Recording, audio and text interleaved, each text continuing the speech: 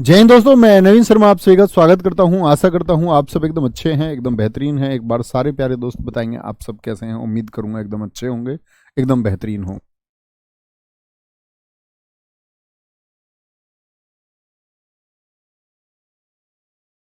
तो सारे दोस्तों का बहुत स्वागत है। और प्यारे बच्चे, हमारे इतिहास के जगह जगह पर जो कुछ टॉपिक छुटे हुए थे कल हमने किए थे, और आज अंतिम क्लास होगी ये इतिहास की। और मेरी कहानी भी चटक चुकी है यहाँ से, बीच में से इसमें क्रैक आ गया है। ठीक है, तो सारे दोस्तों का बहुत स्वागत है। शुरू करेंगे आज के हमारे कुछ बचे हुए टॉपिक हैं। जैसे बच्चे, तमिल साहित्य एक टॉपिक है, तमिल साहित्य एक टॉपिक है, ठीक है, उसको हम आज लोगों को समझ लेंगे। और आपका क्या बचा हुआ है तमिल साहित्य के अलावा, सोच के बताओ। तमिल साहित्य बचा हुआ है एक हमारा, हाँ, कन्नौज के लिए त्रिपक्षीय संघर्ष, कन्नौज के लिए त्रिपक्षीय संघर्ष। चलो, तो शुरू करेंगे आज की क्लास को। बहुत ध्यान से देखना। आप लोगों को मैंने कहा है कि तुमको कुछ लिखने की ज़रूरत नहीं है। मैं आपको महत्वपूर्ण मार्क करूंगा, पीडीएफ आपको मिली जाएगी, ठीक है। तो बस जस्ट बेसिक बेसिक इसको पढ़ना है, बेसिक बेसिक, है ना। जो महत्वपूर्ण है उसको मैं आपको बता ही दूंगा। चालुक्य वंश। अब हम बात करते हैं भैया, चालुक्य कहाँ थे? कर्नाटक में। तो ये कौन से दक्षिण के वंश चल रहे हैं? जैसे हमने विजयनगर को जाना था, ऐसे ही कर्नाटक जानते हो ना भारत में किधर है? तो भैया जानते हैं। तो कर्नाटक आपका दक्षिण में है। इसमें चालुक्य जो हुए हैं, 3 शाखाएं हुई हैं चालुक्यों की। एक वातापी के चालुक्य, जिनको हम बोलते हैं चालुक्यों की मुख्य शाखा। जानते हो ना कि यहाँ गुजरात, महाराष्ट्र और इसके नीचे कर्नाटक है। तो इस वाले हिस्से में थे भारत के। तो एक तो वातापी के चालुक्य, वातापी के चालुक्य मतलब इनकी राजधानी वातापी रही, कर्नाटक में वातापी जगह। वेंगी के चालुक्य, क्या बोलोगे? वेंगी के चालुक्य, जिनको हम पूर्वी चालुक्य बोलते हैं, यानी इस साइड चालुक्य थे। एक है पश्चिमी शाखा, ये है पश्चिमी शाखा आपका इस साइड में। वेस्ट और ईस्ट तो जानते होंगे ना, हाँ जी। तो ये 3 शाखा हुई, कौन कौन सी बोले एक बार? चालुक्यों की 3 शाखा कौन कौन सी हुई भैया? एक तो थी इनकी शाखा वातापी, क्या बोलोगे? वातापी, यानी कि जो इनकी मुख्य शाखा है। मुख्य शाखा, तो मुख्य शाखा में अगर बात करें, पूर्वी शाखा कौन सी है? वो आपका क्या बोलोगे? पूर्वी शाखा भैया हमारी वेंगी है। पश्चिमी शाखा कौन सी है? हमारी कल्याणी है, ठीक है। 3 शाखाएं थी। आगे चलेंगे। अब सबसे पहले जानेंगे बादामी के चालुक्यों को। कौन है? ध्यान रखेंगे। बादामी यानी कि वातापी के जो चालुक्य हैं, उनका संबंध कहां से था? बीजापुर, कर्नाटक से। बादामी के चालुक्यों के बारे में जानकारी महाकूट अभिलेख से मिलती है। बहुत बार पूछा जाता है कि बादामी के, यानी बादामी जो स्थान था कर्नाटक में, वहां पर जो चालुक्य वंश था, उसकी जानकारी किस अभिलेख से मिलती है? ठीक है, आगे कहेंगे। और इसी को हम बोलते हैं मुख्य शाखा। शासनकाल रहा है बादामी के चालुक्यों का 543 से 757, 757, ठीक है। संस्थापक कौन है चालुक्य वंश के, या बादामी के चालुक्य कहे? जब मुख्य शाखा है तो जरूरी नहीं है कि हर बार बादामी के चालुक्य देगा। कई बार लिख के दे देता है सिर्फ चालुक्य वंश के संस्थापक कौन है। तो इसका मतलब कौन से वंश को जानना चाह रहा है? जो मुख्य शाखा है, जो मुख्य ब्रांच थी इनकी, चालुक्य वंश की शाखा, ठीक है। चालुक्य वंश की शाखा के बारे में पूछना चाह रहा है, यानी चालुक्य वंश का संस्थापक कौन है, ये भी लिख के दे देगा आपको। क्या आंसर करेंगे भैया? पुलकेशिन प्रथम ने इसकी स्थापना की। पुलकेशिन प्रथम के जो पूर्वज थे वो जयसिंह राणा, कदम्ब, जयसिंह राणा राग कदम्ब शासकों के अधीन थे। कदम्ब शासक भी दक्षिण के शासक थे। अधीन का मतलब उनके सामंत थे या उनके टैक्स के अधीन वो जीवन जीते थे। ओके, आगे आएंगे। बहुत गुड मॉर्निंग बच्चों, आगे आएंगे। पुलकेशिन प्रथम ने स्वयं को किससे मुक्त कराया? बोलेंगे किससे मुक्त कराया? कदम्ब शासकों से। क्या बोलोगे? कदम्ब शासकों से खुद को मुक्त करा लेता है और कहता है कि मैं अपना एक अलग साम्राज्य स्थापित करूंगा। कदम्ब शासक भी कहां थे? क्या बोलोगे? कदम्ब शासक भी कर्नाटक में ही थे। और कदम्ब शासकों की राजधानी हुआ करती थी बनवासी। दिल्ली पुलिस 2020 पूछा हुआ है। कदम्ब साम्राज्य की राजधानी बनवासी, जिसको वैजंती के नाम से भी जाना जाता था, इसके संस्थापक थे मयूर शर्मा, जिन्होंने 18 अश्वमेध यज्ञ कराए थे। तो कहने का मतलब है कि चालुक्य किन के अधीन थे दोस्त? कदम्ब शासकों के अधीन थे। कदम्ब शासक जिनकी राजधानी कहाँ हुआ करती थी? वैजंती। वैजंती या बनवासी कर्नाटक में ही। इसने बोला कि हम कदम्बों के अधीन नहीं रहेंगे, इनके पूर्वज थे, इसने खुद को स्वतंत्र करा लिया। स्वतंत्र करा लिया और गद्दी पर आ गया पुलकेशिन प्रथम। बहुत बार पूछा जाता है मित्र, पुलकेशिन प्रथम जब गद्दी पर आया तो किस वर्ष में आया था? 543 एडी में, यानी 543 ईस्वी में गद्दी पर बैठा। पुलकेशिन प्रथम जब गद्दी पर बैठता है तो कुछ उपाधियां धारण करता है। श्री पृथ्वी वल्लभ, रणविक्रम और रणविक्रम उपाधि के धारण करने के बाद में क्या आता है? इसके पुत्र, क्या बोला मैंने, 543 से लेकर के 566 तक पुलकेशिन प्रथम है। क्या बोलोगे? 543 से लेकर के 566 तक, 566 एडी तक कौन रहा? आपका पुलकेशिन प्रथम रहा। लेकिन पुलकेशिन प्रथम की मौत के बाद में किसने शासन किया? वो कीर्तिवर्मन था। किसका बेटा है? ये पुलकेशिन प्रथम का बेटा था।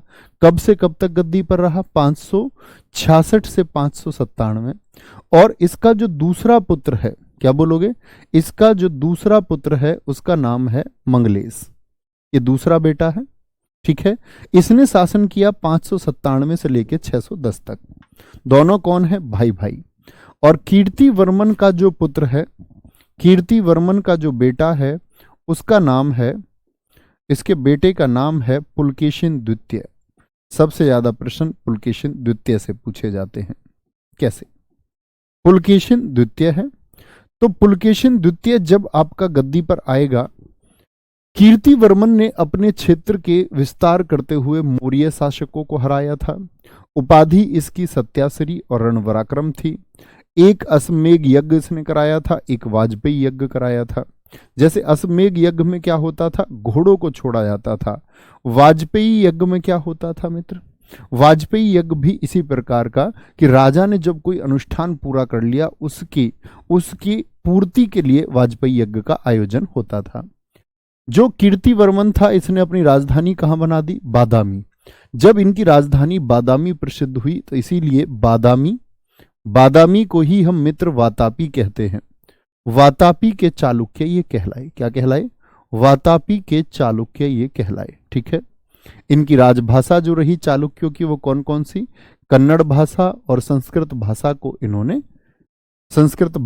इन्होंने क्या किया? चरम पर रखा। अब आते हैं, ध्यान से देखेंगे। अगर मैं बात करूं चालुक्य वंश की, मुझे बताएं संस्थापक कौन है चालुक्य वंश के? आप कहेंगे चालुक्य वंश की जो नींव रखी भैया कदम्ब शासकों से मुक्त होकर पुलकेशिन प्रथम ने। मित्र जो मेरे दोस्त ध्यान दे रहे थे बताएंगे पुलकेशिन प्रथम गद्दी पर कब बैठा? आप बोलेंगे 543 से लेकर के 566 तक ये गद्दी पर बैठता है। यही मैंने आपको बताया। क्या बोलेंगे? 543 से लेकर के 566 गद्दी पर बैठता है, ठीक है। ठीक है मित्र, फिर उसके बाद में पुलकेशिन प्रथम के बाद में कौन गद्दी पर आता है आपका? इसका पुत्र था आपका कीर्तिवर्मन, गद्दी पर आया। कीर्तिवर्मन ने भी अपने साम्राज्य का विस्तार किया और 566 से 97 तक। कीर्तिवर्मन के बाद में कीर्तिवर्मन का भाई मंगलेश, कौन? मंगलेश शासन में आया। मंगलेश कब तक गद्दी पर रहा? आप कहें भैया क्या इनके वर्ष याद करने जरूरी हैं? नहीं, मैं कहूंगा नहीं, सिर्फ इनके संस्थापक को देख लो। वर्ष दक्षिण के राजाओं के कभी नहीं पूछता इतिहास। तो 597। अब बात मैं फोकस कराना चाह रहा हूं 610 पे, क्योंकि 610 आपको याद करना ही है। ये दक्षिण का एक महान शासक हुआ पुलकेशिन द्वितीय। पुलकेशिन द्वितीय गद्दी पर जब आया, पुलकेशिन द्वितीय किसका बेटा है? कीर्तिवर्मन का। लेकिन जब ये गद्दी पर आता है तो क्या कीर्तिवर्मन शासन कर रहा था 610 में? आप कहेंगे नहीं भैया, इस समय तो मंगलेश का शासन है। मंगलेश कौन लगेगा पुलकेशिन द्वितीय का? बताएंगे। तो इसने अपने चाचा मंगलेश की हत्या कर दी और गद्दी पर बैठा। उपाधि धारण की परम भट्टारक महाराजा धीराज। और सबसे इंपॉर्टेंट है इसका ऐहोल या ऐहोड़ अभिलेख, जो इसने 634 में जारी कराया। इसके एक दरबारी कवि थे रवि कीर्ति। रवि कीर्ति ने जारी किया है ऐहोल अभिलेख को। ऐहोल अभिलेख स्क्रिप्ट किस भाषा में लिखी गई है? संस्कृत में। पुलकेशिन के विजय अभियान बताता है और हर्षवर्धन की पराजय के बारे में जानकारी मिलती है। मैंने जब राजा हर्षवर्धन आपको पढ़ाए थे मित्र, याद करिए, याद करिए कि जब आपका हर्षवर्धन को हम पढ़ रहे थे तो मैंने क्या कहा था आपसे कि हर्षवर्धन उत्तर को तो जीत चुका था, उत्तर को जीत चुका था तो कहाँ जाना चाहता था? दक्षिण में। तो नर्मदा नदी के किनारे कब, किस वर्ष युद्ध हुआ था? तो आप कहेंगे भैया हमने वहां पढ़ा था नर्मदा नदी के किनारे 618 एडी में एक युद्ध हुआ और हर्षवर्धन को हरा दिया गया। यानी हर्षवर्धन नदी को पार न कर पाया, नर्मदा नदी को, दक्षिण वह कभी नहीं गया, वह वापस उत्तर की तरफ ही लौट गया। तो ये कौन व्यक्ति था जिसने हर्षवर्धन को हरा दिया था? इसीलिए इसने दक्षिण जाने का जब रास्ता रोक दिया तो इसको बोला गया दक्षिण पथेश्वर। दक्षिण के पथ पर इसने रोक लगा दी कि कोई अब उधर नहीं जाएगा। तो इसने शासन किया है आपका, यह भी प्रश्न पूछा गया है कि 32 वर्षों तक, मतलब कितने वर्षों तक शासन किया पुलकेशिन द्वितीय ने। ठीक है, कोई दिक्कत? ए होल अभिलेख। आगे आएंगे। पुलकेशिन द्वितीय ने 2 राजधानी बनाई, वातापी और वेंगी। वेंगी जो राजधानी थी, वेंगी मैंने क्या बोला था? वेंगी पूर्वी चालुक्य है। कौन से?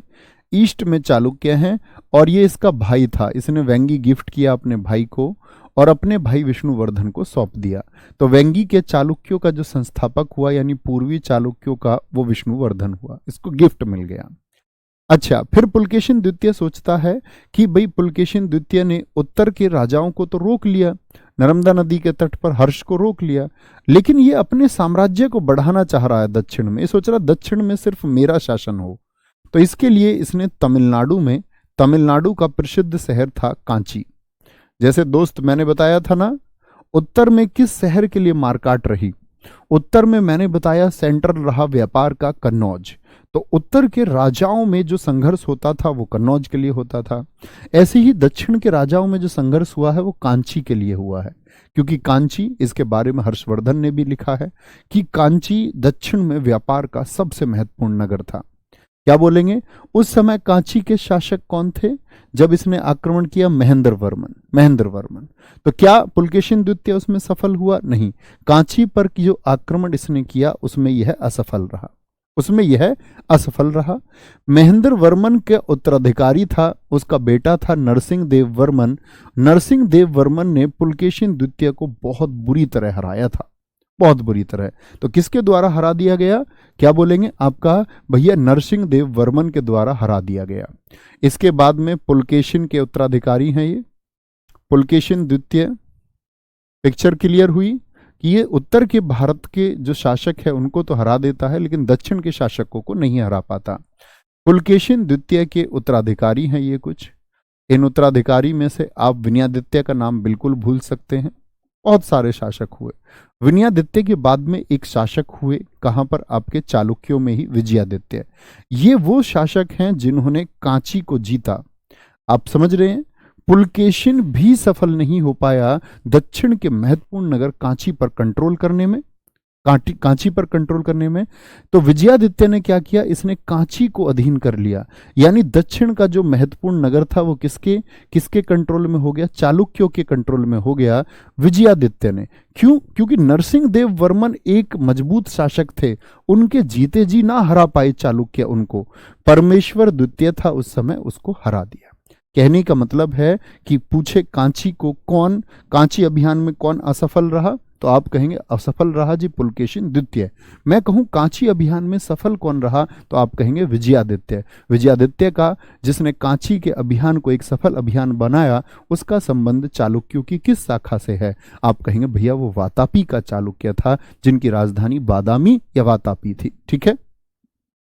कीर्तिवर्मन द्वितीय चालुक्य वंश का अंतिम शासक है। ये चालुक्य वंश का, यानी कौन से चालुक्य का? बादामी के चालुक्य का अंतिम शासक था। और इसको हराकर एक दंती दुर्ग नाम का सेनानायक था, उसने राष्ट्रकूट वंश की स्थापना की। राष्ट्रकूट वंश हम आज ही पढ़ेंगे कन्नौज के लिए त्रिपक्षीय संघर्ष में। वेंगी के चालुक्य देख लीजिए। वेंगी के चालुक्य, इनको पूर्वी चालुक्य कहते हैं। मैंने बोला विष्णुवर्धन को ये गिफ्ट में दिया। किसने गिफ्ट दिया था? किस व्यक्ति ने गिफ्ट दिया था? जरा बताएं। क्या बोलोगे? भैया ये आपका किसने? वेंगी 2 राजधानी बनाई थी। किसने? आपका पूर्वी जो वेंगी थी वो पुलकेशिन द्वितीय ने दी अपने भाई को। एक थे कल्याणी के चालुक्य। कल्याणी के चालुक्य किधर थे? ये केरल की तरफ थे। ठीक है, ऐसे बोलते हैं। यानी कि जो सेंट्रल कर्नाटक था आपका, वहां सेंट्रल कर्नाटक पे बैठे हुए थे कौन आपका, क्या बोलोगे, वातापी के चालुक्य। जो पूर्व की तरफ आंध्र प्रदेश है, इधर वेंगी के चालुक्य थे, उन्होंने कंट्रोल कर लिया था। और जो पश्चिम की तरफ यानी कि आपका केरल की तरफ थे, केरल की तरफ थे आपका, उनको बोलेंगे कल्याणी के चालुक्य। इसको स्थापित किया था तेलप द्वितीय ने। वहां का एक शासक था कर्क द्वितीय को हराकर। प्रारंभ में कल्याणी के चालुक्यों की जो राजधानी थी वो मान्यखेत या मालखेड़ हुआ करती थी। और इसी तेलप ने शासन किया 993 से 997। इंपोर्टेंट बिल्कुल नहीं है, उपाधि इसकी असमाल रही, छोड़ सकते हैं आप। इसके बाद में सत्याश्रय आया, ये बहुत इंपोर्टेंट है। क्या बोलोगे, आपका तेलप द्वितीय के बाद में जो शासक आया सत्याश्रय, क्योंकि इंपोर्टेंट है, पूछता है कि जब महमूद गजनवी भारत आया उस समय दक्षिण में कौन शासन कर रहा था, तो उत्तर भारत में तो गजनवी आया, याद है ना, जयपाल के विरुद्ध आया, इसका आक्रमण हुआ गजनवी का। गजनवी का सोमनाथ पर आक्रमण कब हुआ था जरा बताएं। तो जब गजनवी आया है आपका, उस समय शासन कर रहा था सत्याश्रय। सत्याश्रय किस शाखा से है, तो आप बोलेंगे कल्याणी का चालुक्य है। कल्याणी का चालुक्य है, कहां का, कल्याणी का चालुक्य है, ठीक है, कल्याणी का चालुक्य। सोमेश्वर प्रथम यही है, सोमेश्वर प्रथम ने राजधानी आपका कल्याणी बनाई थी। तो कल्याणी के चालुक्य इनको कह रहे हैं, तो आपको याद ही रखना होगा इनकी राजधानी कल्याणी किसने बनाई। कल्याणी के चालुक्यों में हुआ विक्रमादित्य सेकंड, जिसने विरूपाक्ष मंदिर का निर्माण कराया। जो विरूपाक्ष मंदिर कहां पर है आपका, कर्नाटक में है, और भगवान शिव से संबंधित है। किससे है, भगवान शिव से संबंधित है। यहां पर मित्र एक बात देखें, सारे दोस्तों का मैं उत्तर देख पा रहा हूं 1025, वेरी गुड, बहुत शाबाश, वेरी गुड, ठीक है। और मित्र एक प्रॉमिस करो, जब हम आज इतिहास को खत्म कर लेंगे, आप एक कॉर्नर में जो हिस्ट्री है, इसके लिए मैं ये नहीं कहूंगा बार बार आपको रटना है, लेकिन आप हर रोज इसके लिए 10 से 15 मिनट निकालोगे रिवीजन के लिए एग्जाम तक। सिर्फ मैं कहूंगा कि 10 से 15 मिनट पढ़ते रहिए, बहुत ध्यान से पढ़ा होगा, आप परीक्षा तक देखेंगे, एक एक इनपुट आपको क्लियर होगा। मैंने कहा वो चीजें जिनको हम सिलेबस में अक्सर कवर नहीं कर पाते, उनको हमने 3 बजे के सेट में कवर किया हुआ है। मैंने आपसे पहले ही कहा था इस बैच की शुरुआत से पहले कि हम आपका एक्स्ट्रा एफर्ट लगाएंगे। जब दोस्त हमने इस बैच से पहले आपका परिणाम बैच शुरू किया था, तब भी मैंने आपसे कहा था, ठीक है भैया, क्या मुझको यूपीएसआई के लिए, अब यूपीएसआई के लिए अलग से मत पढ़ना, कोई भी जो यूपीएसआई दे, ठीक है। आगे पल्लव वंश का नाम सुना था अभी हमने, हाँ, पल्लव कहाँ थे जी, हमने जाना भैया चालुक्य थे हमारा कहाँ पर, तमिलनाडु में। चालुक्य तमिलनाडु में थे क्या, नहीं, चालुक्य कर्नाटक में थे। और कर्नाटक से नीचे तमिलनाडु में कौन थे, यानी कि संघर्ष किन किन के बीच था, चालुक्य और पल्लवों के बीच में। इधर पल्लव थे, इधर पल्लव थे, और इधर कौन थे, C4 चालुक्य थे। अच्छा, पल्लव कहां पर थे, तमिलनाडु में। इनके संस्थापक थे सिंह विष्णु। राजधानी इनकी कांची थी, यानी महत्वपूर्ण व्यापारिक नगर जो है वो पल्लवों का सेंटर था, यानी पल्लव शक्तिशाली रहे होंगे। हाँ जी, तभी तो पल्लवों ने, आपने देखा शुरुआत में चालुक्यों को किस प्रकार हराया नरसिंह देव ने। सिंह विष्णु जो है संस्थापक है, उन्होंने आदिवराह का गुफा मंदिर बनवाया है तमिलनाडु में। दरबारी कवि इनके भारवी थे, जिनकी पुस्तक है करार्तार्जुनियम। क्या बोलोगे, करार्तार्जुनियम बहुत पूछी जाती है। महेंद्र वर्मन, क्या बोलोगे, महेंद्र वर्मन प्रथम के समय पल्लव और चालुक्यों के मध्य संघर्ष शुरू हुआ।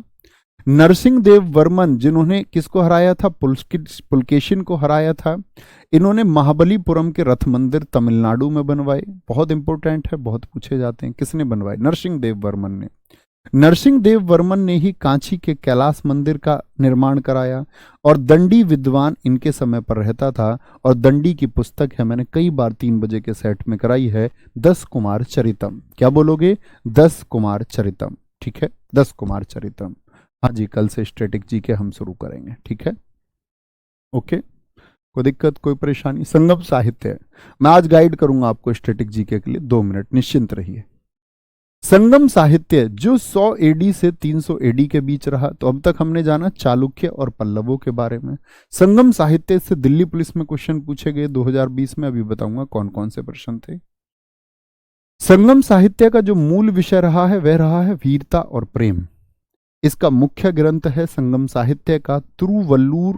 तिरुवल्लूर ये लेखक का नाम है, इसने लिखा है तिरुकुलर गुलंत। अब आप कहेंगे तमिल साहित्य क्या है? जैसे बच्चे हिंदी साहित्य जानते हो, हिंदी साहित्य में कबीर दास, सूरदास, जयशंकर प्रसाद, मुंशी प्रेमचंद आदि लेखक हैं, वो उत्तर भारत के लेखक हैं। तो दक्षिण भारत के जो लेखक थे उनको बोलते तमिल लेखक। क्या बोलेंगे? तमिल लेखक। तो ये संगम साहित्य कितने वर्षों तक रहा? 100 से 300 एडी, तो लगभग 200 वर्षों का। तो इस दौरान एक जो पुस्तक बनी है जिसको बोलते तिरुकुलर, इसको इतनी प्रसिद्धि मिली कि इसको संगम का यानी तमिल संगम का बाइबल, संगम की गीता, संगम का उपवेद और संगम का पंचवेद कहा जाता है। संगम का पंचवेद भी कहा जाता है। ठीक है, ठीक है। तो भैया ये तमिल जो तमिल काल था यानी संगम काल था, इसमें जो इंपॉर्टेंट रचनाएं हुई वो बड़ी महत्वपूर्ण है। और उन रचनाओं की अगर हम बात करें तो एक है जैन धर्म से संबंधित शिल्पादिकारम ग्रंथ। शिल्पादिकारम ग्रंथ के जो लेखक हैं वो कौन हैं? वो इलंगो अदिगल हैं। दिल्ली पुलिस 2020 पूछा गया प्रश्न है, शिल्पादिकारम के लेखक कौन हैं? शिल्पादिकारम के। और बच्चे दक्षिण में ये रचना जो है ना, दक्षिण में जो ये रचना है ना वो बहुत महत्वपूर्ण है, बहुत शानदार है। कैसे जी? इसमें पात्र है, एक पात्र है कोवलन व्यापारी। क्या बोलोगे?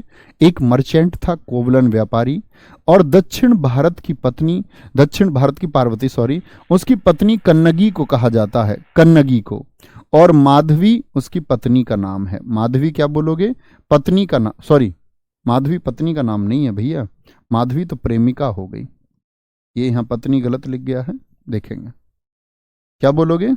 एक मिनट, इसको एडिट कर देते हैं क्योंकि यहां से प्रश्न पूछा जाता है। माधवी कौन है? उसकी प्रेमिका है, माधवी प्रेमिका है। ठीक है, ये लिखेंगे।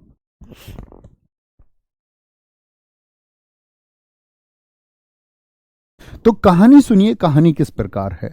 एक व्यापारी था आपका कोवलन, बहुत अच्छा व्यापार उसका चलता था, बहुत शानदार व्यापार चलता था। इतना शानदार व्यापार कि देश के विभिन्न कोनों में आना जाना लगा रहा।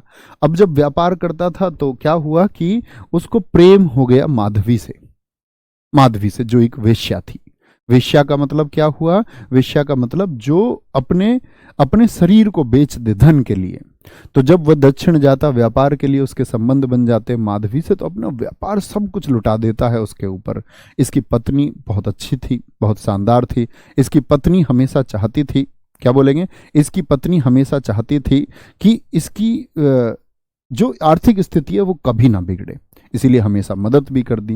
लेकिन इसने क्या कर दिया? प्रेम में सब कुछ डुबा दिया। अब ये वापस आया डूब डाब के, अपनी पत्नी के पास आया, पत्नी से बोला, अपनी वाइफ से बोला कि अब तो व्यापार करने के लिए कुछ बचा नहीं। तो इसकी पत्नी ने अपनी पायल दे दी। क्या दे दी? पायल, नुपुर बोलते हैं जिसको, पैर की पाजेब। बोली तुम इसको ले जाओ और इसको बेच करके जो पैसा आए, जो पैसा आए तो क्या बोलेंगे, उसको व्यापार में लगा लो। अब ये उस पायल को लेके बाजार में जाता है।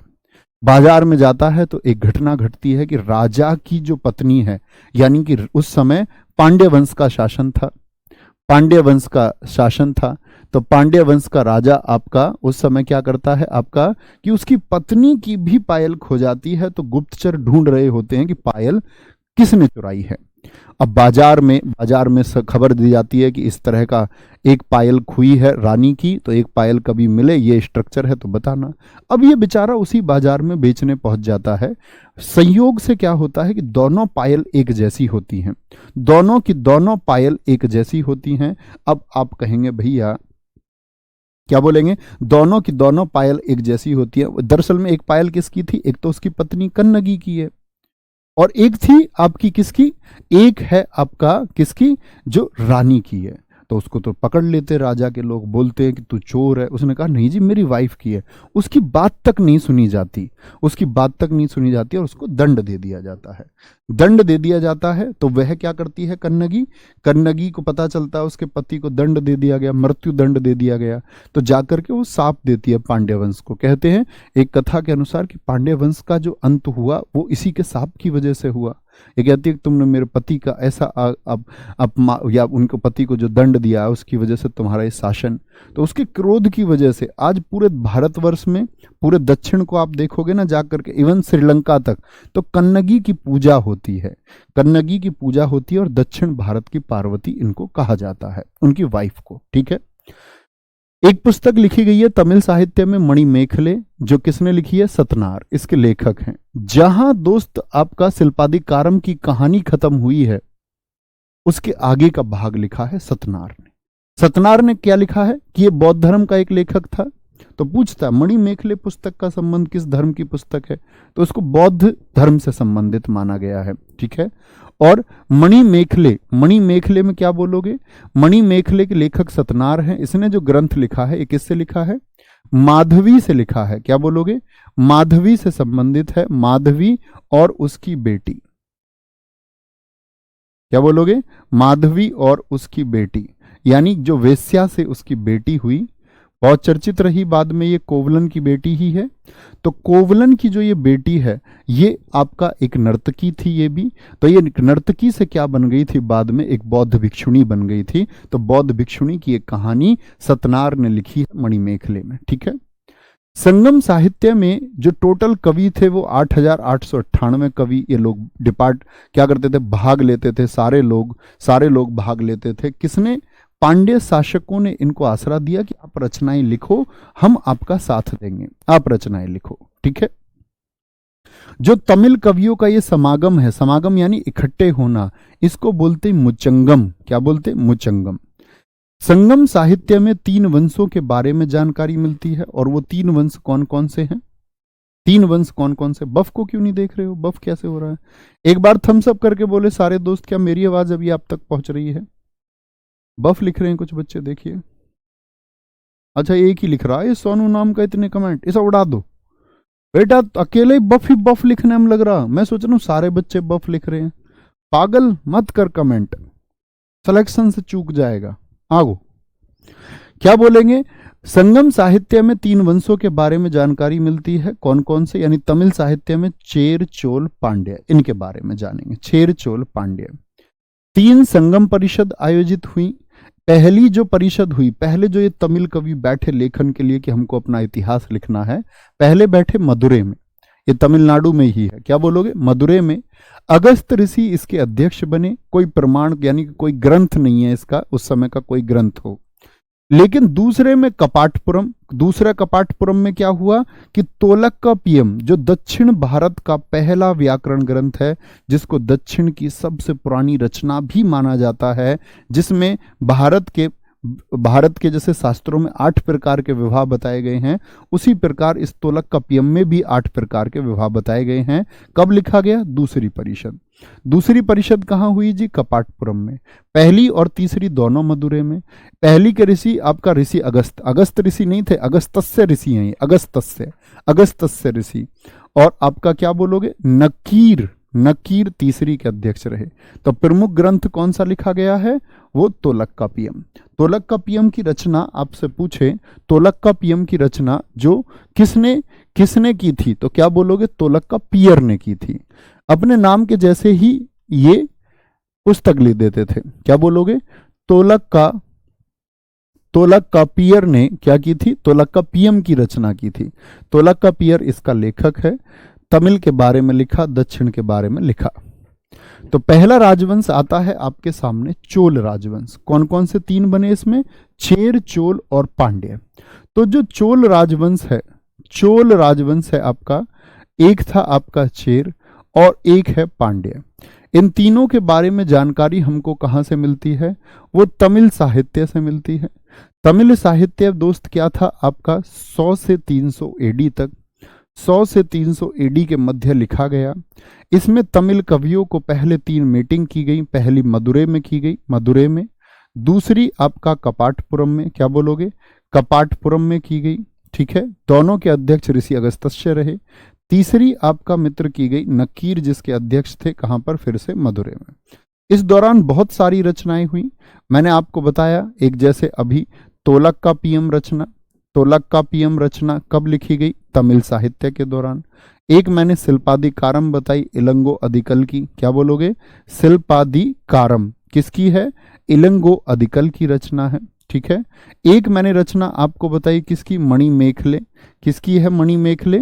मणिमेखले किससे आगे की कहानी है भैया? शिल्पादिकारम से आगे की कहानी है, जिसको किसने लिखा है? सतनार ने, ठीक है, क्योंकि वो तो मारा जा चुका, तो उसकी जो वेश्या पत्नी है और उसकी बेटी की कहानी है, ठीक है। चोल वंश के संस्थापक थे विजयालय।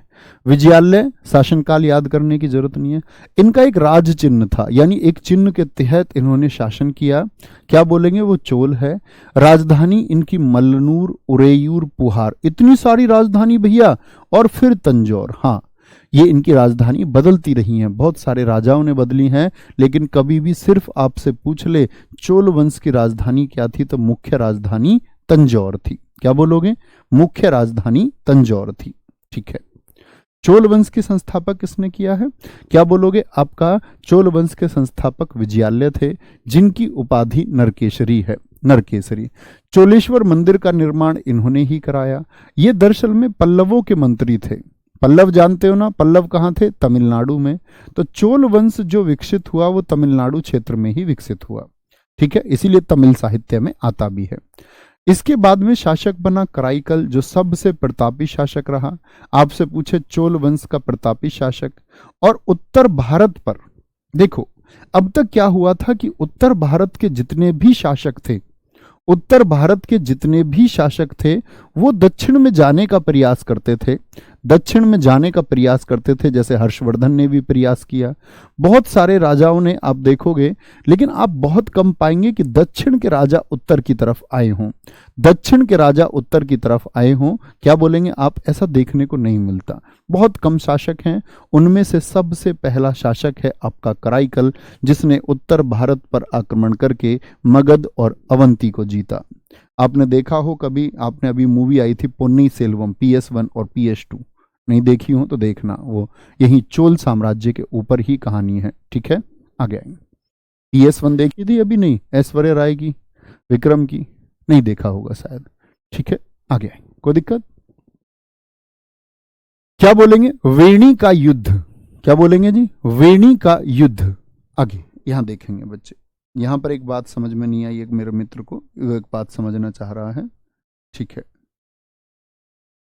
यहां पर मैंने बोला कि इन्होंने 8,898 कवियों ने भाग लिया, जिन्होंने पांड्य शासकों ने आश्रय दिया। अब मित्र यहां पर आप एक बात समझेंगे, आप कहेंगे भैया पांड्य शासक जो आश्रय दे रहे हैं, यानी कि जो आपका यहां पर संगम साहित्य लिखा गया है, तो उस साहित्य को आश्रय दिया गया है। लेकिन अगर तमिल रचनाओं की बात करें तो वो उन 200 सालों के बीच में हुई है मित्र। लेकिन जो रचनाएं 200 सालों के बीच में हो गई, क्या उसके बाद में तमिल कवि नहीं रहे? क्या तमिल कवि उसके बाद में नहीं रहे? पांड्यों के तहत ही बच्चे, क्या बोला, तमिलों के समय तो 3 रचनाएं लिखी गई, आपका 3 परिषद हुई हैं जब तमिल साहित्य लिखा गया। लेकिन जो मैं आपको बता रहा हूं कि शिल्पादिकारम या इलंगो अधिगल, जो मैं आपको बता रहा हूं शिल्पादिकारम के लेखक मणिमेखले की रचना, ये पांड्य वंश के दौरान हुई है।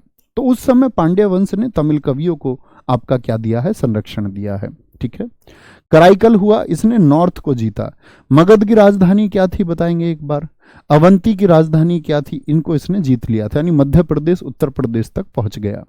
यह हुआ था वेणी का युद्ध, जिसमें इसने उत्तर भारत के राजाओं को हराया। पुहार बंदरगाह तमिलनाडु में बनवाया, यानी कि व्यापार की दृष्टि से भी मजबूत थे। आदित्य प्रथम, जिनको हम कोदंड राम के नाम से जानते हैं, ये आए इसके बाद में कराईकल के, और इन्होंने पल्लवों का एक शासक था अपराजित वर्मन को हराया। यानी आप देखेंगे चोल किससे ज्यादा मजबूत हो गए? वर्मन वंश से ज्यादा मजबूत हो गए। परांतक प्रथम आया, इसने परांतक प्रथम ने किसको हराया? इनके बाद में पांड्य शासकों को हराया, और तंजौर का चिदम्बरम मंदिर भी बनवाया। याद करने योग्य बातें नहीं है, ठीक है। राष्ट्रकूट शासकों कृष्ण प्रथम ने गंगों के साथ मिलकर परांतक प्रथम को हरा दिया। देखो परांतक जीता। परांतक कौन सा शासक है? ये चोल शासक है। लेकिन इसने तो हरा दिया पांड्यों को। लेकिन एक राष्ट्रकूट शासक है, हम अभी पढ़ेंगे राष्ट्रकूटों के बारे में। राष्ट्रकूट शासक था कृष्ण प्रथम ने गंगों के साथ मिलके, गंग वंश के लोगों के साथ मिलके परांतक प्रथम को हरा दिया, और जो उत्तरी क्षेत्र था वो छीन लिया था राष्ट्रकूटों ने। किससे? तो आपसे कभी पूछे चोलों से आपका उत्तरी क्षेत्र किसने छीना था या किस वंश से छीना था? तो किस वंश ने छीना था? आप कहेंगे भैया राष्ट्रकूटों का शासक कृष्ण प्रथम ने परांतक प्रथम को हरा के छीना था। राजराज प्रथम आया, बहुत इंपॉर्टेंट है, बहुत प्रतापी शासक था। वृहदेश्वर मंदिर का निर्माण कराया। वृहदेश्वर मंदिर जो भगवान शिव के लिए बच्चे बहुत प्रसिद्ध मंदिर है, बहुत प्रसिद्ध मंदिर है, ठीक है। स्टैटिक जीके में भी मैं आपको पढ़ाऊंगा। नटराज की मूर्ति बनवाई भगवान शिव वाली, उपाधि अपनी रखी भगवान शिव का भक्त कहता था शिव प्रसाद शेखर। दक्षिण भारत में भूमि मापने का पहला प्रयास राजाराम प्रथम के द्वारा किया गया। इसका बेटा आता है राजेंद्र प्रथम। बहुत बढ़िया सर जी, मुझे टाइम नहीं है इतना कि मैं आपके प्रैक्टिस सेट देख पाऊं। बेटा मत देखो, आपको टाइम नहीं है तो मैं क्या कर सकता हूं इसमें? मैंने तो मित्र चला दिए थे ना वो। आपको पता है कि हर बार हर रोज सारे प्रैक्टिस सेट नहीं किए जा सकते भाई साहब, इतना तो मानना पड़ेगा ना। क्योंकि दोस्त अगर ऑफलाइन भी होता हमारा सेंटर और आप लेट ज्वाइन करते तो जो बच्चे पहले पढ़ चुके थे, सीधी सी बात है वो आगे तो रहेंगे। आप उनसे आगे कब निकल सकते हो? या तो आप उनके बराबर तैयारी कर ले या उनसे थोड़ी ज्यादा। अब आपने मित्र लेट ज्वाइन किया था और हमने जल्दी शुरुआत कर दी तो ये हमारी गलती थोड़ी ना रही। उस समय के तो जो हमारे बच्चे थे, जो हमारे साथ जुड़े हुए थे, तो हम तो उनको उम्मीदें दे करके चल रहे थे। अब ऐसा तो कभी हो नहीं सकता कि जी पहले सारे बच्चे आ जाए तब शुरू करेंगे, ऐसा नहीं हो सकता ना। राजेंद्र प्रथम कौन है? चोल वंश का शासक है। चोल वंश किधर है? तमिलनाडु। चोल वंश। और ये हम कभी पढ़ते नहीं है इतिहास में। देखो बाबर, हुमायूं, आप लोग बार बार पढ़ते रहते हो, है ना, पृथ्वीराज चौहान बार बार, तो ये बहुत सारी बार हम बस सारे बच्चे छोड़े रखते, तो ऐसा लगता है अजीब सा है ये, लेकिन पढ़ के जाना एक बार, ठीक है। आगे आएंगे। राजेंद्र प्रथम दक्षिण भारत का सिकंदर, नीलकंठ शास्त्री एक इतिहासकार हुए हैं, इन्होंने कहा है। दक्षिण भारत का नेपोलियन किसको कहा गया है? विंसेंट स्मिथ ने कहा है। क्या बोलोगे? विंसेंट स्मिथ ने कहा है। किसको कहा है? राजेंद्र प्रथम को। क्यों जी? क्या इसने भैया आपका नेपोलियन और सिकंदर की तरह एक क्षेत्र जीता? हाँ भैया, तमिलनाडु के बाद का इवन श्रीलंका तक ये आपका जल क्षेत्र इसी का था। पाल वंश के शासक जो आपका बंगाल में थे वहां जाकर तक भी इसने उनको हराया, श्रीलंका पर विजय प्राप्त की। इसने गंगकोंड चोल की उपाधि धारण की। गंगकोंड चोल से मतलब क्या था कि गंगा की घाटी में जाके, बंगाल और इधर गंगा की घाटी में जाकर के इसने विजय प्राप्त की। क्या बोलोगे? गंगा घाटी को जीतने वाला। बहुत बार पूछा गया है आप परीक्षा में, गंगा घाटी को जीतने वाला या गंगकोंडचोलपुरम। गंगकोंडचोलपुरम एक शहर भी इसने बसाया आपका तमिलनाडु में। क्या बोलोगे? एक गंगकोंडचोलपुरम। क्या? गंगकोंडचोलपुरम की स्थापना किसने की थी? कहां पर? आपका तमिलनाडु में। अब आप कहेंगे भैया ये तो नाम सुना नहीं। अब तुमने दिल्ली तो सुना होगा, उत्तर भारत में हो तुम, इसीलिए वो फैमिलियर लगता है। अंतिम चोल शासक कौन है? मुझे बताएं, संस्थापक कौन रहा चोलों का? तो आप कहेंगे अंतिम चोल शासक रहा राजेंद्र चोल तृतीय, जिसको अधिराज राजेंद्र भी हम कहते हैं, ठीक है। आगे आएंगे। आगे आता है फिर चेर वंश। अब सोचते चलेंगे। मुझे बताओ, अभी मैंने आपको बताया चोल वंश का चिन्ह क्या था। इनका राज चिन्ह धनुष है, बहुत पूछा जाता है। ये कौन से हिस्से में थे? तो मैंने बोला चोल तमिलनाडु वाले हिस्से में, और मित्र जो चेर वंश है वो केरल और तमिलनाडु वाले हिस्से में था, ठीक है। पुराना नाम केरल का चेर ही था, तो उसी नाम पर इसका नाम चेर वंश पड़ा। इसके संस्थापक उदयनजेरल है। राजधानी वंजी, कोरियर और तोंडी रही। लेकिन आपसे कभी पेपर में तीनों विकल्प ही दे दे और पूछे मुख्य राजधानी या कोई और विकल्प ना दे और वंजी लिखा हुआ हो, तो मुख्य राजधानी कौन चुनेंगे? वंजी को चुनेंगे, ठीक है। उदयनजेरल का ही नाम जो है प्रियदर्शी था। तो मुझे बताएं, अशोक के अभिलेखों को किसने पढ़ा था? आप कहेंगे भैया खोजा तो 1750 में टी फैंथेलर ने, लेकिन आपका पढ़ा किसने? जेम्स प्रिंसिप ने पढ़ा था 1837 में। तो जेम्स प्रिंसिप ने जब उन पर नाम पढ़ा प्रियदर्शी, तो एक प्रियदर्शी शासक प्रसिद्ध ये भी था, तो उसके दिमाग में गया कि कहीं ये प्रियदर्शी वही तो नहीं है केरल और तमिलनाडु वाला, ठीक है। लेकिन बाद में प्रिंसेस ने प्रियदर्शी का नाम श्रीलंका के शासक तिष्य से जोड़ करके देखा, तब उसको पता चला कि ये तो दक्षिण में शासन या आपका या बोले श्रीलंका की तरफ शासन करने वाले लोग थे, तब उसको स्पष्टता आई। शेख गुटुवन, इसको लालचेर और भल्लाल चेर बोलेंगे। किस चेर शासक को लालचेर या लालचेर किस शासक को कहा जाता था? शेख कुटुवन। यही वो व्यक्ति है जिसने सती यानी कन्नगी की पूजा शुरू करवाई। और इसकी सती यानी कन्नगी जानते हो ना आप? यस और नो? दक्षिण भारत की पार्वती क्यों प्रसिद्ध है ये भी बता चुका। तो गजबाहु शासक श्रीलंका का इस पूजा में भाग लेने भारत आता था, यानी इसके अच्छे संबंध थे श्रीलंका से भी। पेरून जेलर, इसने दक्षिण भारत में गन्ने की खेती शुरू कराई। और अंतिम शासक मांदर जेल एम्पोरोई है।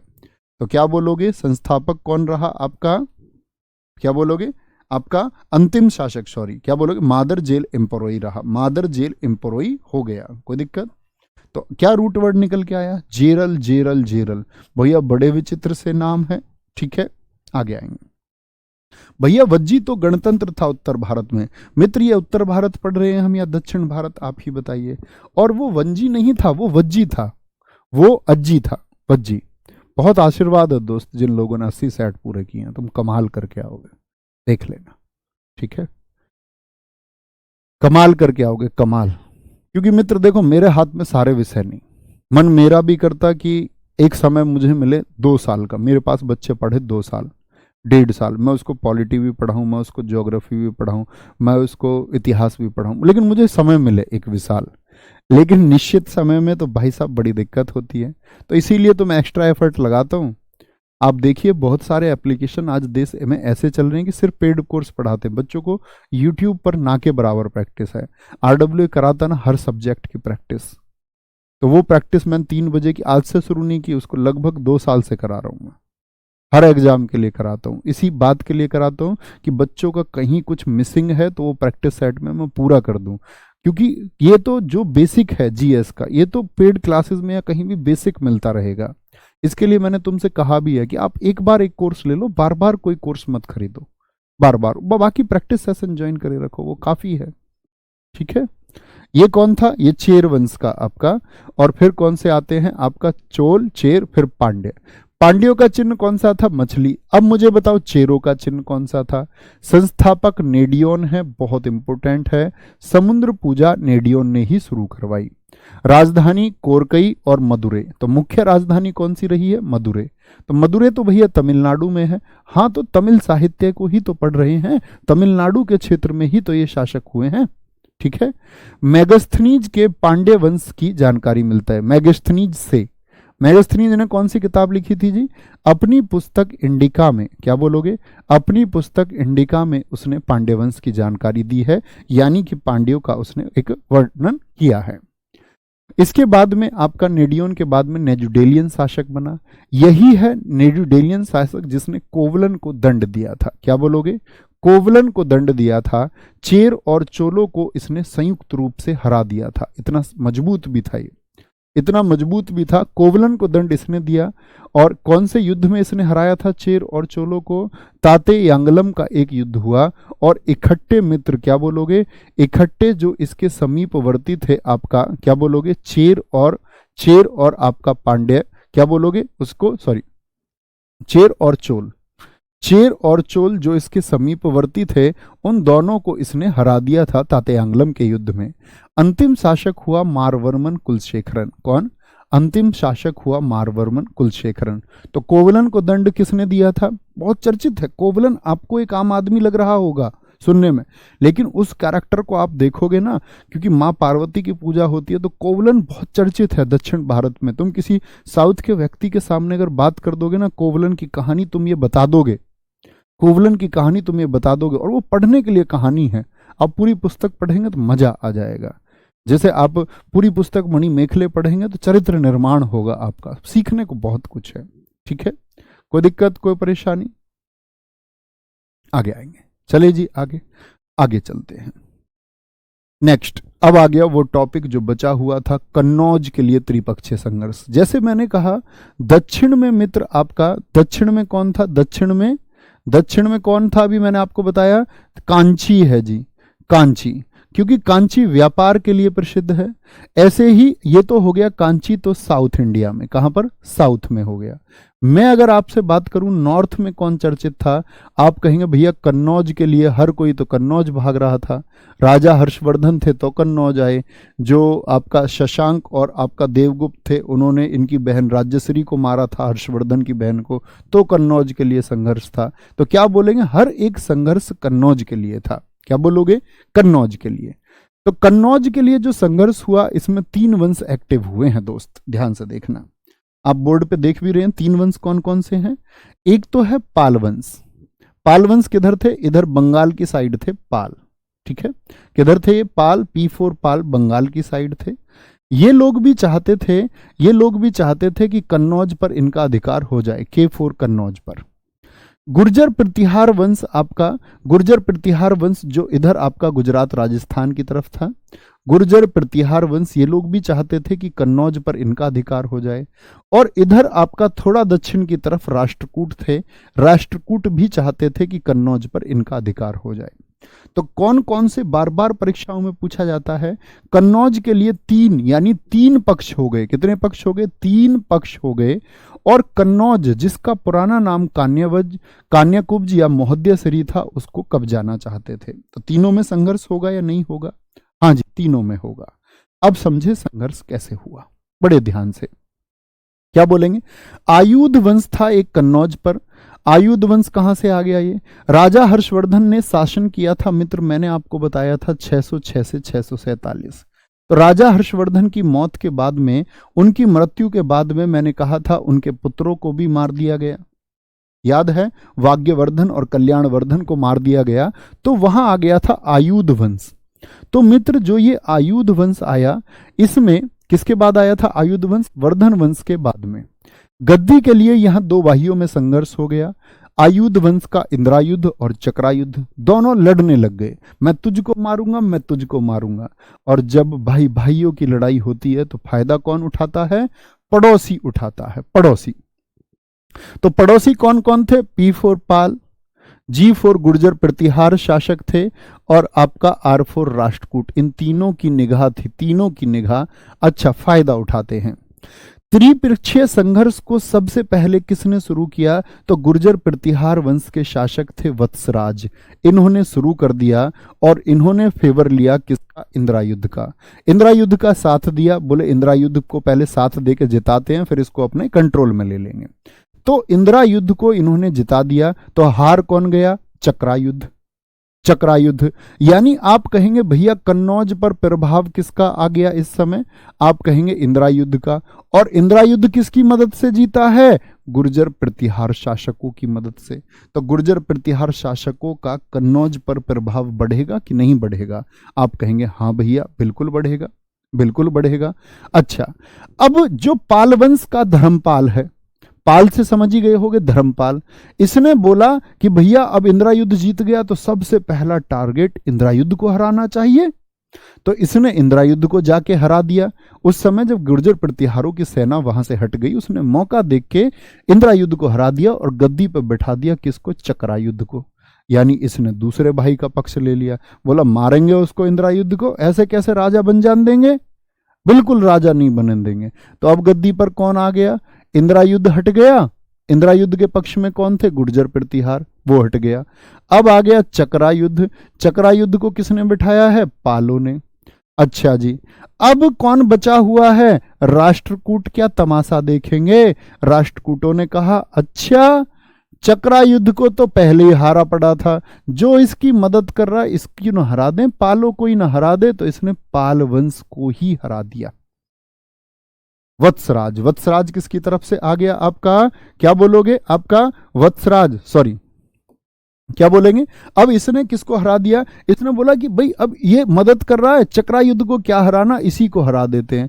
तो किसने आकर के, वत्सराज ने आकर के, वत्सराज ने आकर के आपका किसको, पालों में कौन था, धर्मपाल, इस धर्मपालू को हरा दिया।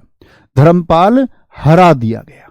ठीक है, तो यानी कि फाइनल अब भी किसका प्रभाव रहा इस पर? प्रभाव किसका है? गुर्जर प्रतिहारों का। लेकिन अब आते राष्ट्रकूटों की एंट्री। राष्ट्रकूट अब मौका देख के आते हैं और राष्ट्रकूट शासक ध्रुव ने वत्सराज को हरा दिया। दक्षिण से उत्तर की तरफ जाने वाला और विजय प्राप्त करने वाला प्रथम शासक है ये। लेकिन बाद में क्या बोलोगे? लेकिन बाद में आप कहोगे भैया अभी तो तुमने बताया था चेर चोल, अभी तो आपने बताया था कि चेर चोलों में, तो आप देखोगे त्रिपक्षीय संघर्ष हो रहा है। वो आपका कहां पर? तमिल साहित्य वाले पार्ट में। वो आपका तमिल साहित्य वाले पार्ट में आपका कहां से? दक्षिण की तरफ से, यानी तमिलनाडु और केरल की तरफ से। सुदूर दक्षिण है वो। ये सुदूर दक्षिण से नहीं थे राष्ट्रकूट। क्या बोलोगे? सुदूर दक्षिण से नहीं थे। ये कहां से? ये मध्य दक्षिण आप कह सकते हैं, ये यहां से थे। ठीक है, आगे आए तो इसने क्या किया? क्या बोलेंगे? प्रथम शासक है, लेकिन बाद में नागभट्ट द्वितीय ने कन्नौज पर पूर्ण अधिकार कर लिया था। नागभट्ट द्वितीय जो कहां के शासक है? गुर्जर प्रतिहार शासक हैं। तो समझे आप कैसे ये कन्नौज के लिए संघर्ष हुआ? गुर्जर प्रतिहार शासक थे। कन्नौज के लिए संघर्ष किस प्रकार हुआ मित्र, समझे? बोलेंगे एक बार। आप कहेंगे हाँ भैया कन्नौज के लिए संघर्ष समझ में आता है। कन्नौज के लिए संघर्ष में इतना हुआ कि राजा हर्षवर्धन के बाद में वर्धन वंश के बाद में आया इंद्रायुद्ध और आपका चक्रायुद्ध। आई इंद्रायुद्ध, चक्रायुद्ध। इंद्रायुद्ध का पक्ष किसने ले लिया था? गुर्जर प्रतिहार शासकों ने। ठीक है, और इंद्रायुद्ध को गद्दी पे बिठा दिया। लेकिन फिर चक्रायुद्ध का मदद किसने किया? वो धर्मपाल ने किया। किसने? धर्मपाल ने। गुर्जर प्रतिहारों की तरफ से इस समय शासक था आपका वत्सराज। इसने जाके बोला कि हमारी बात काट रहा धर्मपाल, धर्मपाल को पीटा। लेकिन फिर आता है यहां पर आपका राष्ट्रकूटों का शासक ध्रुव, जो हरा देता है गुर्जर प्रतिहारों के वत्सराज को। तो अब कंट्रोल किसका हो गया? ध्रुव का। लेकिन फाइनली अंतिम जो जीत हुई, कन्नौज पर जो विजय प्राप्त हुई, आपसे पूछे कन्नौज के त्रिपक्षीय संघर्ष में अंतिम विजय किसकी हुई? अंतिम विजय गुर्जर प्रतिहार शासकों की हुई। और उस विजय को किसने सफल बनाया था? अभी अंतिम पंक्ति में मैंने बताया, नागभट्ट सेकंड ने। किसने? नागभट्ट सेकंड ने उसको सफल बनाया, जो आपका गुर्जर प्रतिहार वंश का शासक था। कोई दिक्कत, कोई परेशानी? बोलेंगे भाई फटाफट से, आगे आएंगे। यहां देखेंगे एक बात। अब आते हैं विस्तार पर, बहुत कॉमन से। अभी पालवंश का मैंने नाम लिया था। पालवंश कहां बताया मैंने आपको? बंगाल में। संस्थापक कौन है इनके? बस संस्थापक याद करना और राजधानी, अन्य कुछ जानकारी याद करने की आवश्यकता नहीं है। पालवंश का संस्थापक गोपाल था। और बच्चे आपको याद रखना चाहिए, जब हर्षवर्धन गद्दी पर नहीं रहा तो कोई सेंट्रल पावर नहीं रही और हमेशा एक राजा चाहिए होता था सत्ता को चलाने के लिए। और जब राजा ना रहे तो लूटपाट अराजकता फैल ही जाती है। तो उस अराजकता को, मत्स्य न्याय को खत्म किया कि जो मजबूत शासक था वो कमजोर को मार रहा था, मजबूत व्यक्ति कमजोर व्यक्ति से धन लूट ले रहा था। तो कमजोर जो है, कमजोर का दमन किया जा रहा था। तो वहां की जनता ने चुना है गोपाल को, खुद ही, जो एक न्यायप्रिय व्यक्ति था, उसको अपना राजा मान लिया। ठीक है, क्या बोलेंगे? मत्स्य न्याय को खत्म किया। ओदंतपुरी विश्वविद्यालय बनवाया था किसने? ओदंतपुरी विश्वविद्यालय ये बनवाया आपका किसने? गोपाल के द्वारा। कहां पर? बिहार में। इसी के समय कश्मीर के शासक ललितादित्य, मतलब इसके समय से मतलब इससे पहले, क्या बोलेंगे? इससे पहले। तो इसके समय पर कश्मीर के शासक ललितादित्य मुक्तपीड़ ने कन्नौज और बंगाल को लूटा था। तो इतनी लूट कन्नौज और बंगाल में हुई कि वहां की जनता ने कहा कि अब तो हमारा एक लीडर होना ही चाहिए, बिगर लीडर के तो लूटपाट हो रही है। ठीक है, आगे आएंगे। दूसरा शासक धर्मपाल आया। धर्मपाल गद्दी पर कौन बैठा, कब बैठा, इंपोर्टेंट है। विक्रमशिला विश्वविद्यालय किसने बनवाया था? मुझे बताओ, विक्रमशिला विश्वविद्यालय तोड़वाया किसने था? ये मैंने आपको बताया था गुलाम वंश पढ़ाने से पहले। नालंदा विश्वविद्यालय के लिए 100 गांव दिए। सोमपुरा विश्वविद्यालय बांग्लादेश में है, वहां पर निर्माण कराया। किसका? आपका सोमपुरा विश्वविद्यालय का। उत्तरापद स्वामी विक्रमजीत परम भट्टारक। परम सौगात उपाधि पालवंश के किस शासक की थी? बहुत पूछा जाता है, धर्मपाल की। इसके दरबार में हरिभद्र विद्वान रहते थे। हरिभद्र विद्वान, जिनकी पुस्तक का नाम है अष्ट सहस्त्रिका। अष्ट सहस्त्रिका। तुम कमेंट करने वाले बच्चों के लिए क्लास में एक बात कह के जाऊंगा, और बस एक बार कभी जीवन में मुझे मिलो, अगर वो बात सटीक साबित ना हो तो मित्र इस बात को आप लोग एक बार एग्जामाइन करना, ठीक है। एक बात कह के जाऊंगा, एक सेंटेंस सिर्फ, उससे ज्यादा कुछ नहीं। बाकी आप अपने जीवन या तो ऑनलाइन पढ़ाई करना छोड़ देना, या तो आप कहीं ऑफलाइन ढूंढ लेना। अब ऑफलाइन में कुछ बचा नहीं है। जो बच्चा पेन पकड़ना जानता है वो ऑफलाइन जा रहा है आजकल। सिलेक्शन वाले सब बच्चे ऑनलाइन आ चुके हैं, ठीक है। बहुत बढ़िया, बख्तियार खिलजी, मेरे बहुत सारे मित्रों ने आंसर दिया। एक बच्ची को देख रहा हूं मैं, एक गुड़िया को, उसको बस लगातार ये मतलब है, वो कह रही है कि जी मैं मणि मेखले की कहानी कहां पढ़ूं। बताओ, मतलब बेटा आप 10वीं तो पास कर चुके होगे, दिल्ली पुलिस देने जा रहे हो, 12वीं पास कर चुके हो, आज इंटरनेट के युग में आप हो। मम्मी पापा कितनी उम्मीद रखते हैं आपसे, मेरा बच्चा, मैंने पलाया बढ़ाया, मेरी उम्मीदों को पूरा करेगा। बच्चे, क्या तुमको बोलूं, थोड़े विकसित हो जाओ प्लीज, रिक्वेस्ट है। छोटे बच्चे नहीं हो तुम, अब जिम्मेदारी निभाने लायक हो चुके हो। तुम्हारे बराबर के लोग जिम्मेदारी निभा रहे हैं। कभी देखना, एक केले की ठेली पर आपको छोटी बच्ची सब्जी बेचती हुई छोटी बच्ची या छोटा बच्चा मिल जाएगा। इतने इतने से बच्चों को घर चलाना पड़ रहा है अपना। वो अगर पूछने लग जाए ना, पापा जी ये सब्जी कहाँ से आती है, पापा जी ये सब्जी कहाँ उगती है, पापा जी इन सब्जियों का उत्पादन क्या, उसको मतलब नहीं है। अभी आपके मजे चल रहे हैं, मम्मी पापा दे रहे हैं तुमको करने को बहुत सारों को, ऐस में हो। गुरुजी क्या कहते हैं, कमेंट सेक्शन से दूर रहना, नहीं रहना। मैं तो करूंगा कमेंट। कुछ मूर्खों ने पूरी क्लास निकाल दी है आज तक की, पहले दिन से लिखना स्टैटिक जीके कब कराओगे। मतलब जो कर रहे हैं उनको उससे कोई मतलब नहीं है, उनको मतलब है बस स्टैटिक जीके कब कराओगे, इनसे बातें कर लो बस। बेटा मैं तुमको बता रहा हूं, जिंदगी में अंतिम समय पर सिर्फ मायूस हो जाओगे और कुछ नहीं प्राप्त कर पाओगे। आपके बच्चे स्कूल जाने वाले होंगे, बड़ी अंदर से भावना आएगी कि मैं अपने बच्चों को क्यों अच्छे से नहीं पढ़ा पा रहा हूं। तब अपने दिन याद करना मित्र, और तब सोचना कि जो समय मेरी असीम मेहनत का, परिश्रम का, ध्यान केंद्रित करने का, फोकस करने का समय था, मैंने उस समय को बातों में गवा दिया था, मैंने उस समय को कमेंट सेक्शन में गवा दिया था। मैं एक बात की जिद पकड़े रहा, बस स्टैटिक जीके कब कराओगे, और मेरे सारे विषय इस चक्कर में खराब हो गए। ठीक है, उम्मीद करूंगा हमेशा आप लोगों को गाइड करने का प्रयास इसलिए करता हूं, मेरी बातें आप लोगों को कड़वी लग सकती है, लेकिन दोस्त मेरी बातों से कड़वी ज्यादा आपको अपना खराब भविष्य लगेगा जब वो खराब हो जाएगा। मेरी बातें तो शायद आपको जीवन भर याद भी ना रहेंगी। आज मैंने क्या कहा है ये आपको 1 महीने बाद याद नहीं रहेगा। कोई कटिंग होगी, कोई शायरी होगी तो याद रह जाएगी, वरना तब बातें तो भूल जाता है आदमी। आपके घर आपके पिताजी ने आपसे कई साल पहले क्या कहा होगा आप भूल गए होंगे, मेरी बातों को भी भूल ही जाएंगे। इसीलिए मैं कहता हूं कि बातें महत्वपूर्ण नहीं है, महत्वपूर्ण है कि आप क्या करने वाले हो। ठीक है, और आपके लिए कभी कोशिश करेंगे, बैच लेकर आएंगे बात करने वाला बैच, जिसमें सिर्फ बातें ही बातें होंगी। उसको कोई खरीदेगा क्या, उसको कोई नहीं खरीदेगा। उसमें बेतरतीब बातें करेंगे, आप कुछ कहोगे मैं कुछ कहूंगा, एक ऐसा बैच लेकर के आएंगे।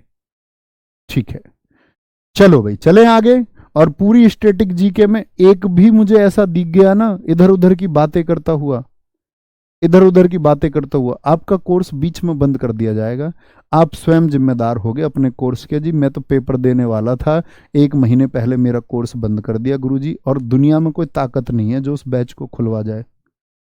अगर मैंने बंद करवा दिया तो करवा दिया, फिर ये इलाज ढूंढूंगा मैं तुम्हें पढ़ाने का, तुम डंडे से पढ़ोगे, अब ऐसे नहीं पढ़ोगे।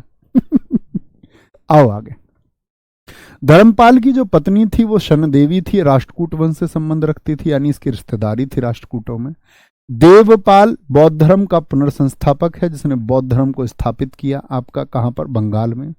विग्रहपाल महिपाल को भी पुनर्संस्थापक माना जाता है बौद्ध धर्म का। फिर आपका रामपाल। अंतिम शासक कौन है पाल वंश का, संस्थापक बताओ कौन बताया बच्चे, गोपाल। क्या बोलोगे, गोपाल। अंतिम शासक याद रख लो। पाल वंश के बाद बंगाल पर शासन किया सेन वंश ने, और सेन वंश के जो संस्थापक हैं वो कौन थे? सामंत सेन थे। इन्हीं के चौथे शासक हैं सेन वंश के लक्ष्मण सेन, जो 1187 में बैठते हैं, और 1187 में उन्होंने भी एक कैलेंडर चलाया था जिसको हम लक्ष्मण कैलेंडर या लक्ष्मण संवत के नाम से जानते हैं। मैंने आपको कैलेंडर बताया था, चंद्रगुप्त प्रथम ने गुप्त संवत चलाया था। गुप्त संवत कब चला था बताओ बेटा? बहुत मेहनत किया करो, बहुत, है ना, हद से ज्यादा। औसत बच्चों ने नौकरी ले ली, लेकिन फोकस से। जो बच्चे बहुत ज्यादा होशियार नहीं थे नौकरी ले गए फोकस से। आप भी किसी सेलेक्टेड बच्चे से मिलो ऑनलाइन पढ़ के, आप पूछना उसे, दिल की बात पूछना। आपका दोस्त तो कमेंट करते थे, बोले नहीं। चलो बोले भाई फटाफट से, वेरी गुड, इनको ब्लॉक कर दो। ये जो है सामने, कोर्स बंद कर दो इनका। हाँ, बने ज्ञानी, कुछ नहीं होगा। चलो रहने देना, कोर्स मत करना, बाद में बोलेगा क्या पता पढ़ने में अच्छा बच्चा हो। ठीक है, लेकिन कमेंट ब्लॉक कर दो। गुर्जर प्रतिहार वंश 725 से लेकर के 1035 एडी। किसी को नहीं कराया, डरा रहा हूं मैं तुम्हें, मान जाओगे तुम, अच्छे बच्चे हो। मैं ऐसी ऐसी बहका देता हूं तुम्हें कि मान जाओगे तुम, और तुम इसी का फायदा उठाते हो, है ना। आओ इधर। गुर्जर प्रतिहार वंश, ये वातापी के जो चालुक्य थे, मुझे बताइए वातापी के चालुक्यों का संस्थापक कौन था? वातापी के या बादामी के चालुक्य। इनकी राजधानी रही थी भीनवाल, राजस्थान। गुजरातरा राजस्थान और गुजरात के मध्य का क्षेत्र था, तो गुजरातरा, तो वहां इन्होंने शासन किया, तो इसलिए गुर्जर प्रतिहार शासक कहलाए। गुजरातरा स्थान की वजह से, जो गुजरात से संबंध रखता था। प्रतिहार का मतलब होता है द्वारपाल या रक्षक। प्रतिहार किसके थे? ये वातापी के चालुक्यों के। संस्थापक कौन है? नागभट्ट प्रथम, जिनको माना जाता है वास्तविक संस्थापक। कौन? वास्तविक संस्थापक। और इनके बारे में, गुर्जरों की उत्पत्ति के बारे में जो आपका चंद्रबरदाई का कथन है, उसने कहा ऋषि वशिष्ठ ने किया था अग्निकुंड, और अग्निकुंड में जब यज्ञ हुआ तो उससे चार जातियों का उद्भव हुआ, प्रतिहार, परमार, चालुक्य और चौहान। ठीक है, चौहान, ठीक है, चौहान। तो क्या बोलेंगे? परमार, चालुक्य, चौहान और प्रतिहार। तो 4 ये जातियों का उद्भव बताया गया। एहोल अभिलेख जो किसने जारी कराया था? पुलकेशिन द्वितीय ने। उसमें भी हमको गुर्जर शब्द सामने आया। बाउक घटियाला अभिलेख जो क्या बोलोगे, कुनकुक द्वारा जारी कराए गए, उनसे भी गुर्जर प्रतिहार वंश की जानकारी मिलती है। नागभट्ट के 2 भतीजे थे, यही है, एक कुनकुक और एक देवराज। नागभट्ट जिन्होंने स्थापना की किसकी? आपका गुर्जर प्रतिहार वंश की। तो देवराज के पुत्र हुए वत्सराज। वो कौन है? देवराज नागभट्ट के भतीजे हैं। और यही वत्सराज कौन से हैं? वत्सराज क्या बोलोगे? इनको हम वास्तविक संस्थापक भी मानते हैं, और इन्हीं की उपाधि थी आपका रणहस्ती और जयवराहा। जयवराहा। वत्सराज का पुत्र हुआ नागभट्ट द्वितीय। वत्सराज अभी पढ़ा था कन्नौज के लिए त्रिपक्षीय संघर्ष में। आप कहेंगे हाँ भैया, वत्सराज को हरा दिया गया था। किन के द्वारा हरा दिया गया था? राष्ट्रकूटों के द्वारा, ध्रुव के द्वारा हरा दिया गया था। और वत्सराज के पुत्र थे नागभट्ट द्वितीय, जिन्होंने त्रिपक्षीय संघर्ष का अंत किया। त्रिपक्षीय संघर्ष में इन्होंने किसको हराया? ध्रुव, जिसने वत्सराज को हराया था। ध्रुव को हराकर कन्नौज को अपनी राजधानी बनाया। यानी कन्नौज जो राजधानी बनी थी वो किसकी बनी थी? गुर्जर प्रतिहार वंश ने, क्या बोलेंगे, गुर्जर प्रतिहार वंश ने उसको टेक ओवर कर लिया था। एक यहां पर व्यक्ति हुए गुर्जर प्रतिहार वंश में ही रामभट्ट। रामभट्ट के पुत्र हुए सम्राट मिहिर भोज, जिनका शासन रहा 836 से 885। 49 वर्षों का शासन रहा। कितने वर्षों का? 49 वर्षों का। क्या बोलेंगे जी? इनके समय पर अरब यात्री सुलेमान आया। इनके समय पर अरब यात्री सुलेमान आया। कल्हण ने राजतरंगिणी में प्रशंसा की है सम्राट मिहिर भोज की, और उपाधि है इनकी आदिवरहा। आदिवरहा। आप लोग जानते हैं मिहिर भोज जी के ऊपर विवाद कितना देश में प्रचलित है। इतना प्रचलित विवाद है मित्र की वह आपका कोर्ट में है। कोर्ट में है और उस पर वो डिसाइड नहीं कर पाते। बार बार आप देखते हैं जातीय संघर्ष उभर के आता है। मैं तो कहूंगा दोस्त, अगर कोई महान व्यक्ति हैं और उनको अगर 2 जातियां स्वीकार कर रही हैं तो 2 जातियां उनको स्वीकार कर रही हैं, इससे बढ़िया क्या बात है? व्यक्तियों को नकारा जा रहा है, अगर किसी को स्वीकार किया जा रहा है तो अच्छी बात है। उसके लिए प्लीज संघर्ष ना करें। एक बार मैंने ये एक जाति से बता दिए तो बहुत सारे बच्चों ने विरोध किया, उन्होंने कहा गुरुजी आपको ये निर्णय नहीं है, और उनका कहना भी ठीक था, शायद उस समय मेरी रिसर्चेज उस तरह की नहीं थी कि मैं इनको बता दूं इस तरह से, ठीक है, ये बात याद रखेंगे। तो क्या बोलेंगे, इन्होंने क्या किया है, स्वयं को लक्ष्मण का वंशज बताया है, और ग्वालियर अभिलेख में इस बात का वर्णन किया गया है, ग्वालियर अभिलेख में। इनके बाद में एक शासक हुए महेंद्र परवन, महेंद्र पाल। इनके राजकवि हैं आपका राजशेखर। महेंद्र पाल किससे शासक हैं, गुर्जर प्रतिहार वंश के। क्या बोलोगे, राजकवि राजशेखर, इनकी रचना पूछी जाती है बार बार हर एग्जाम में, एसएससी सीजीएल मेंस 2023 पूछी गई, कर्पूर मंजरी। क्या बोलोगे, काव्य मीमांसा, बाल रामायण, भुवन कोश, हर विकास, ठीक है, 2022 मेंस। महिपाल इनके दरबार में रहते थे राजशेखर कवि। आप कहेंगे भैया यहाँ भी, वो जीवित हैं, शासक जीवित नहीं है। अरब यात्री अलमशूदी आया, अलमकसीदी भी आया था जिसने मानसून के बारे में लिखा है। इसने, अलमशूदी ने गुर्जरों को अल्बोरा या बोरा कहा है, या कहूं तो गुर्जरों को हुइनसांग ने कहा था कुचैलो। हुइनसांग की पुस्तक का नाम बताएं, हुइनसांग की पुस्तक का क्या नाम है, उसमें गुर्जरों को कुचैलो किस में कहा गया है, किस पुस्तक में, बोलेंगे अभी फटाफट से। भैया कॉइन टॉपिक भी मैं वो अपलोड करा दूं, कॉइन इतना सा टॉपिक है, उसमें सिक्कों के नाम है, कोई टॉपिक नहीं है वो, उसमें सिक्कों के नाम है, किस राजा ने कौन से सिक्के चलवाए थे, अकबर है, ससगनी सिक्का है, वो मैं इसमें ऐड करवा दूंगा, ठीक है, एक बार देख लेना उसको। कॉइन में राजा का नाम, जैसे अकबर ने चांदी का कौन सा सिक्का जारी कराया, अकबर ने चांदी का ये सिक्का, जैसे इल्तुतमिश टंका, बहुत सारे तो मैं आपको बता चुका था, ठीक है, ससगनी है आपका, जिल्ले सिक्का है, उस तरह के सिक्के मैं वो अपलोड करा दूंगा इसमें, ठीक है, ऐड करा दूंगा, 5 मिनट भी नहीं लगेंगे तुमको पढ़ने में, ओके। सीयू की। क्या बोलोगे, राज्यपाल, ये भी आपका शासक रहे, किसके, गुर्जर प्रतिहार वंश के। और इसके बाद में यशपाल, यशपाल कौन है, आपका अंतिम शासक है, गुर्जर प्रतिहार वंश के अंतिम शासक। और यशपाल को चंद्रदेव जो गेहड़वाल वंश का था उसने हरा दिया था। गेहड़वाल वंश आपने इतिहास में पढ़ा है कि नहीं पढ़ा है, आपको याद होगा, गेहड़वाल वंश में मैंने एक राजा का नाम लिया था आपका, और वहां पर मैंने थोड़ा बताया था इनके बारे में कि गेहड़वाल वंश वो था जो आपका कन्नौज पर शासन करता था, याद है, राजा जयचंद। 1194 का चंदावर का युद्ध बहुत शानदार। क्या बोलेंगे, राष्ट्रकूट वंश, राष्ट्रकूट वंश रहा है तीसरा वंश, यानी पाल पढ़ा, गुर्जर प्रतिहार पढ़े, और राष्ट्रकूट वंश। तो ये भी कौन थे, वातापी के चालुक्यों के मंत्री थे, फिर ये भी अलग हो गए। और दंती दुर्ग ने स्थापना की थी राष्ट्रकूटों को हरा के। दंती दुर्ग ने किसको हराया था जरा बताएंगे, आज ही की क्लास में बताया। राजधानी राष्ट्रकूटों की रही है मान्यखेत, बहुत पूछी जाती है। इन्हीं के शासक हैं दंती दुर्ग के बाद में कृष्ण प्रथम, याद है, कृष्ण प्रथम ने क्या कर दिया था, परांतक प्रथम को हरा दिया था, ठीक है। तो कैलाश मंदिर महाराष्ट्र में बनवाया। गोविंद द्वितीय के बाद में एक शासक आया राष्ट्रकूटों में, ध्रुव, जिसने त्रिपक्षीय संघर्ष में भाग लिया था। और ध्रुव ने किसको हराया था, ध्रुव ने वत्सराज को हराया था। वत्सराज जो गुर्जर प्रतिहार वंश का शासक था, वत्सराज को हरा दिया था। क्या बोलोगे, वत्सराज को हराया था, लेकिन बाद में फिर गुर्जर प्रतिहार ही जीते। तो ध्रुव जिसको हम धारावर्ष कहते हैं, इसके बाद में गोविंद थर्ड, फिर अमोघ वर्ष ने जैन धर्म को अपनाया। ये जैन धर्म मानने वाले शासकों में भी मैंने आपको लिखवाया। और कविराज मार्ग पुस्तक किसकी है, कन्नड़ भाषा में, तो कौन है आपका राष्ट्रकूट वंश का शासक, अमोघ वर्ष है। क्या बोलेंगे भी फटाफट से, अमोघ वर्ष है, कोई दिक्कत कोई परेशानी, आगे आएंगे। अंतिम शासक कौन रहा इनका, कर्क द्वितीय रहा।